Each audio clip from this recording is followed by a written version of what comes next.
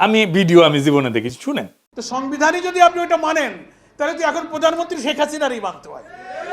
এই ইলেকশনও তো সংবিধানে ছিল না, ইন্টারিম গভর্নমেন্টের সংবিধানে ছিল না।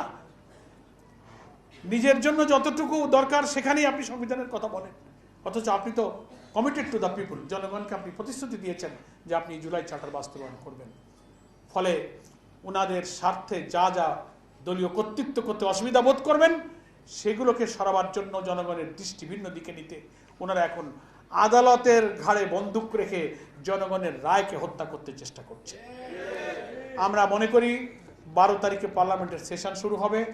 তার আগে জনগণের আশা আকাঙ্ক্ষা বিরোধী এই অপরিণামদর্শী রাস্তা থেকে আপনি ফিরে আসুন। আপনারা কিন্তু গণতন্ত্র এবং জুলাইয়ের চেতনাকে ভঙ্গ করে অতীতের কর্তৃত্ববাদী সরকারের মতো ভিন্ন পথে হাঁটতে শুরু করেছেন। এই ভিন্ন পথ থেকে ফিরে আসুন।